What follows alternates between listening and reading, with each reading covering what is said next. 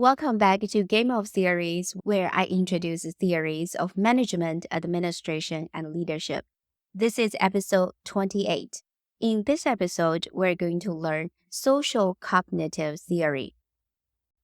Why do so many organizational initiatives go awry, even with all the best intentions and resources at hand? Well, as it turns out, the answer often lies in a failure to account for psychological determinants of human behavior. Social cognitive theory illuminates a path to understand human behavior that organizational initiatives often neglect. At the core of social cognitive theory lies the concept of human agency, where we exert influence over the course of events through our actions. This influence can take the form of personal agency, where we exert direct control over outcomes we desire. Kids convince their parents to buy them toys, and spouses negotiate with each other for their wants and needs. But let's face it, life isn't always that simple. In many situations where we lack direct control, we are forced to rely on proxy agency, influencing others with the resources and means to act on our behalf. In the corporate world, outsourcing services and production is a form of proxy agency. But it doesn't stop there. We often need to work together and pool our collective knowledge, skills, and resources to achieve our goals. This is what we call collective agency, a unique blend of all three forms of agency that varies across cultures. The bottom line is this: to make it through the day, no matter where we live, we need all three forms of agency. Social cognitive theory offers us a theoretical lens to understand the origins and mechanisms of human agency, as well as the interdependent relationship it has with social cultural influences. By applying this framework, we can gain a deeper understanding of human behavior and create effective change within organizational initiatives. Social cognitive theory is grounded in the causal structure called triadic reciprocal causation. Tri means three. Triadic reciprocal causation means that human behavior is shaped by a complex interplay between three things: our inner thoughts and feelings, our actions, and the environment around us. When it comes to shaping our lives, social cognitive theory tells us that we're not just the passive passenger along for the ride. In fact, because intrapersonal influences like our thoughts and feelings are a key part of how we behave and interact with the world, we have the power to actively shape events in our lives. And while it's easy to feel like the environment around us is an all-powerful force, it actually comes in three different types: imposed, selected, and constructed. And we have some say in how we react to each of them. In the workplace, the imposed environment can be company policies or a toxic, abusive supervisor. While we may not be able to change those things directly, we can choose how we react to them.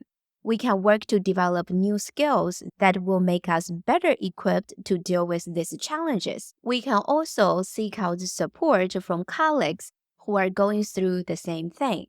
On the other hand, the activities and environments we choose for ourselves can be incredibly powerful in shaping our experiences. For example, let's say we're looking to advance our career. We can choose to attend networking events and professional conferences to meet new people and learn about new opportunities.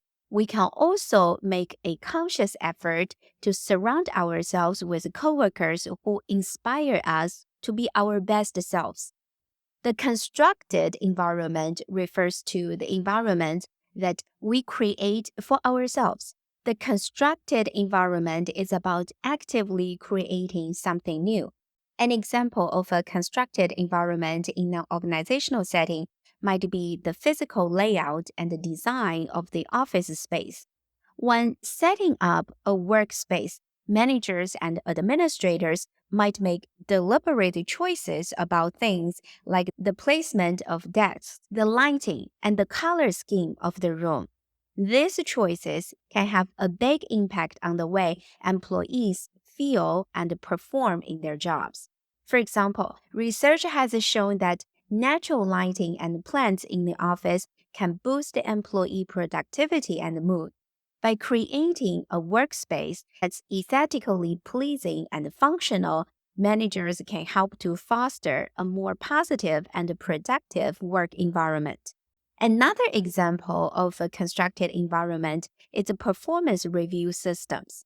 How performance reviews are conducted and the criteria used to evaluate employees can be a constructed environment that affects motivation and job satisfaction.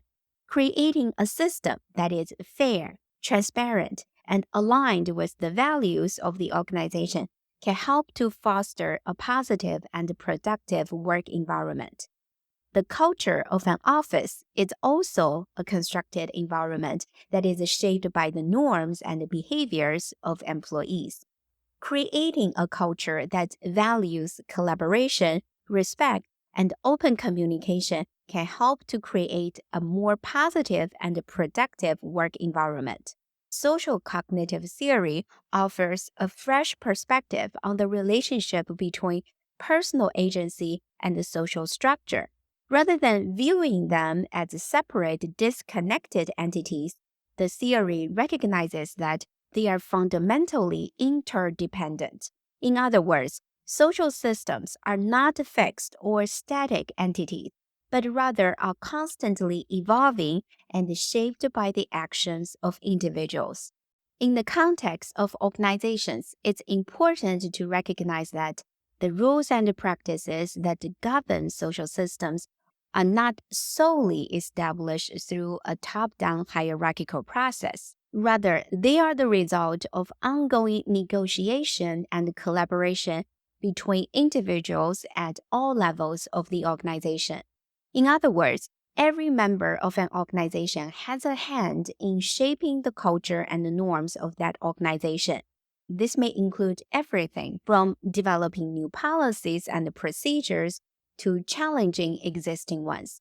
By recognizing and valuing the agency of all employees, organizations can create a more dynamic and responsive environment that's better able to adapt to change and foster innovation. In this sense, someone's power within an organization is not simply handed to them from above, but is ultimately derived from the collective agency of all members of the organization. In other words, someone has power only when others allow them to have power. Imagine you are a manager trying to motivate your team to achieve a challenging project. How can you leverage the mechanisms of agency, such as self-efficacy beliefs, goal setting, and outcome expectations, to increase your team's performance?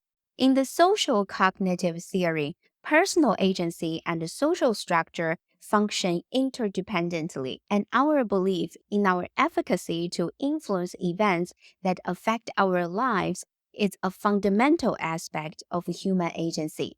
Our self-efficacy beliefs are developed in four major ways. Mastery experience means that we master tasks or activities that were initially challenging.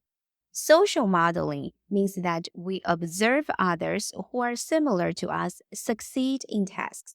Social persuasion means that we are persuaded that we have what it takes to succeed. Positive feedback and encouragement from others can help us when we harbor self-doubt and dwell on personal deficiencies when difficulties arise. Physiological and emotional states mean that we rely on our physical and emotional states in judging our efficacy. A positive emotional state and a lack of physical discomfort can increase self-efficacy, while a negative emotional state or physical discomfort can decrease it. For example, an employee who is well rested, in good health, and feeling positive about their work is likely to have higher self-efficacy and perform better on tasks than an employee who is tired, in poor health, and feeling negative about their work. On the other hand, an employee who is consistently overworked experience chronic stress leading to physical symptoms such as headaches, fatigue, and a weakened immune system. This can also cause emotional symptoms such as anxiety, irritability, and depression. As a result, the employees may begin to doubt their ability to perform their job effectively and their self-efficacy falls. Self-efficacy beliefs work together with other self-regulatory mechanisms that are involved in exercising agency. These mechanisms use forethought or to think about the future. For example, I want to start my own business. I visualize the future where I am a successful entrepreneur. This visualization motivates me to take necessary steps in the present to achieve my goal. Another example is athletes who visualize themselves winning a competition.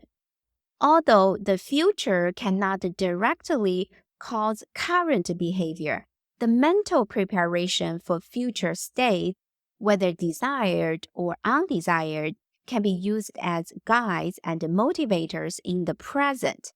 By using forethought, we can extend our agency temporally, which provides direction, coherence, and meaning to our lives. This is why having a clear and compelling vision statement for an organization is crucial. It allows organizational members to focus on a desired future state and use it as a guide to make decisions and take actions in the present. Another self-regulatory mechanism of agency is goals. The power of goals lies in how they make us feel about ourselves when we achieve them. Goals motivate us by creating a personal investment in the activity rather than just a sense of obligation. When we commit to specific goals, we become determined to attain them and feel a sense of fulfillment when we do.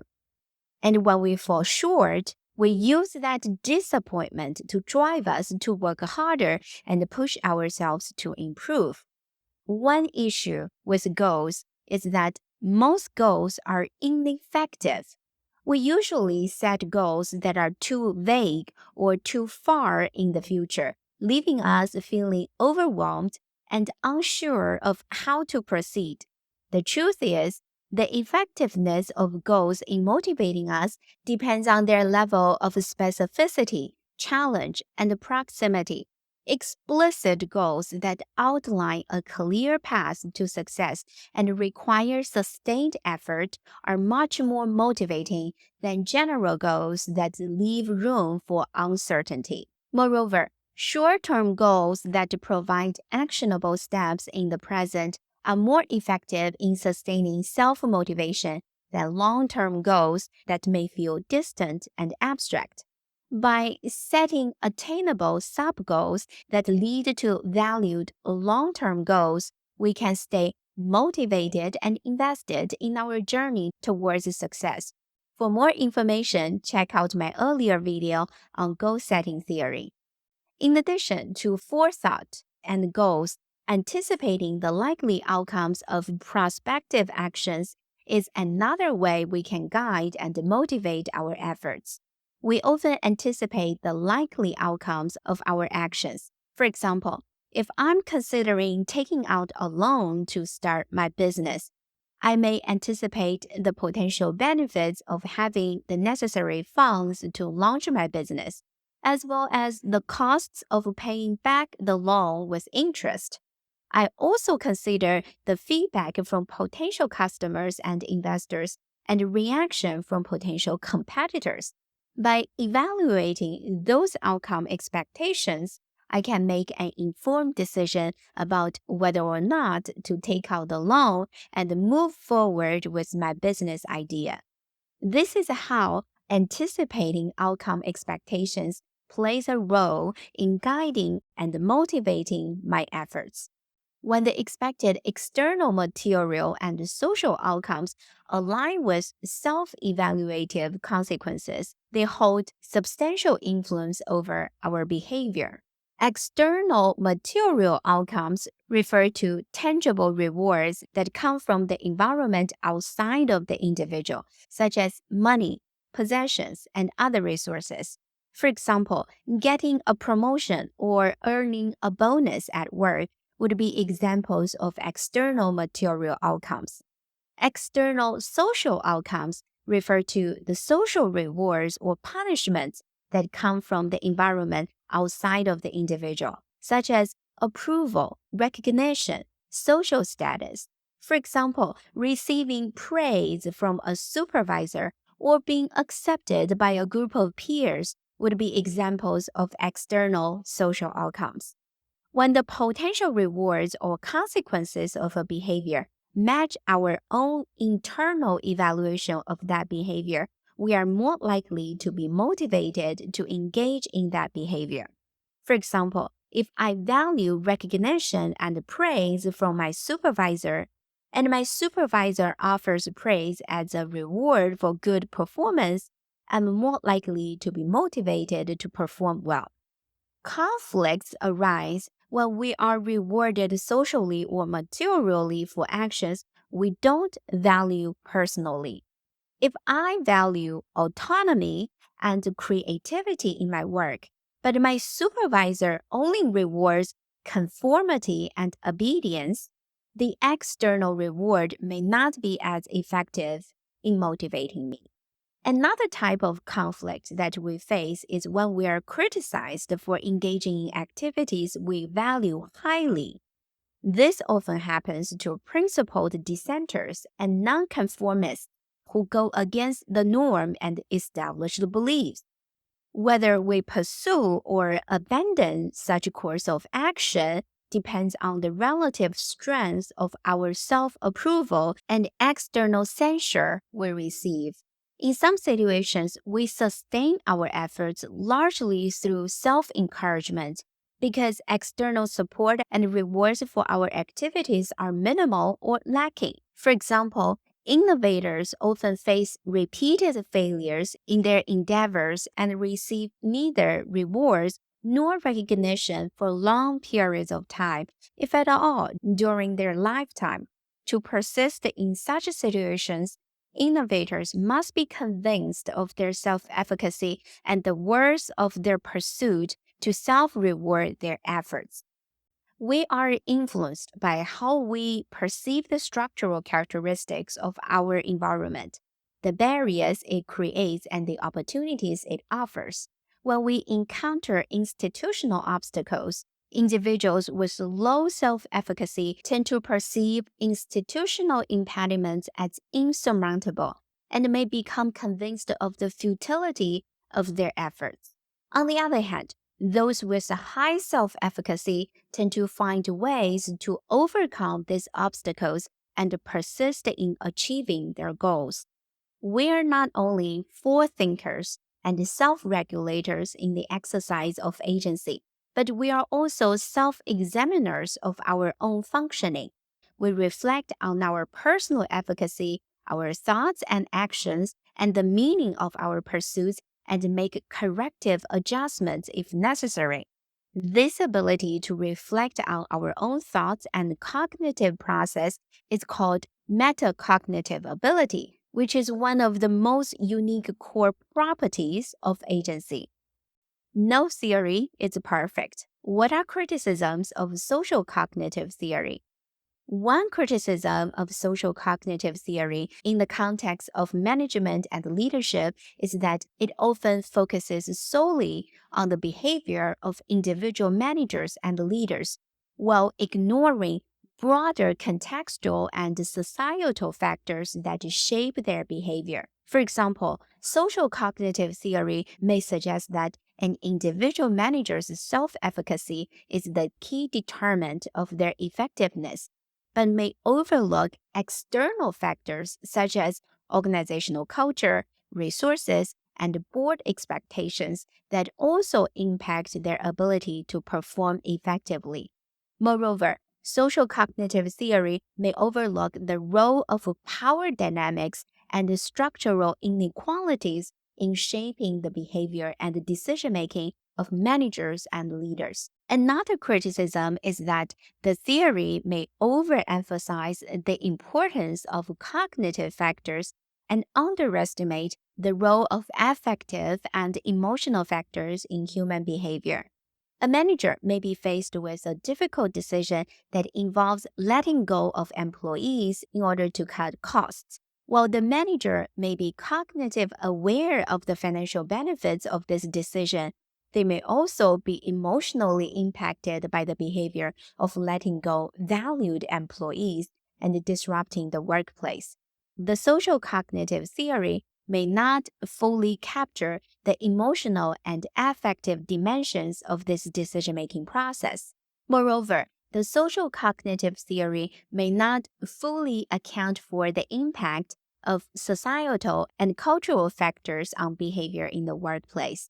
For example, a leader may be tasked with implementing a new policy or procedure, but they may face resistance from employees who have cultural or societal beliefs that conflict with the change. The theory does not fully address how these external factors can impact the leader's ability to influence behavior and implement change. The third criticism is that the social cognitive theory does not fully explain the development of personality or the influence of genetics and biology on human behavior. Some researchers argue that genetic factors and biological processes, such as brain structure and function, can influence personality development and behavior. For example, some studies suggest that genes may play a role in certain personality traits, such as extroversion and neuroticism, which can in turn affect behavior in the workplace. A manager who is naturally extroverted may be more likely to excel at networking and building relationships with clients, while a more introverted managers may struggle in those areas. Additionally, neurological differences can impact cognitive processes, decision making, and emotional regulation, which can all have implications for workplace behavior and performance. Fourth, the social cognitive theory has been criticized for its overemphasis on self-efficacy and may not adequately consider the influence of external factors on behavior.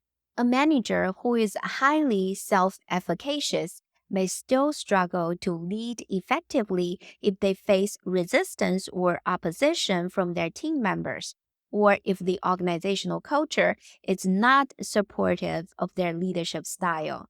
Another example is the potential for the theory to overlook the impact of systemic or societal factors on behavior, such as discrimination, privilege, and power structures. A leader who has high self-efficacy may still struggle to promote diversity and inclusion in their organization if they are operating within a larger societal context that perpetuates inequalities and discrimination.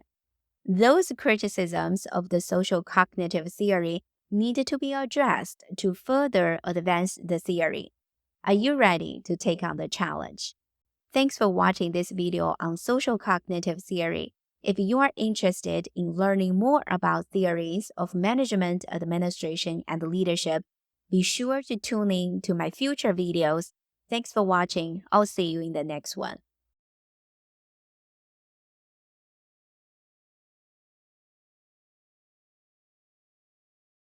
If you want to know more about how to build a theoretical framework for your research, I have published a book titled Demystify Theories, a workbook for developing theoretical frameworks of educational leadership research. The link of the book is in the description below.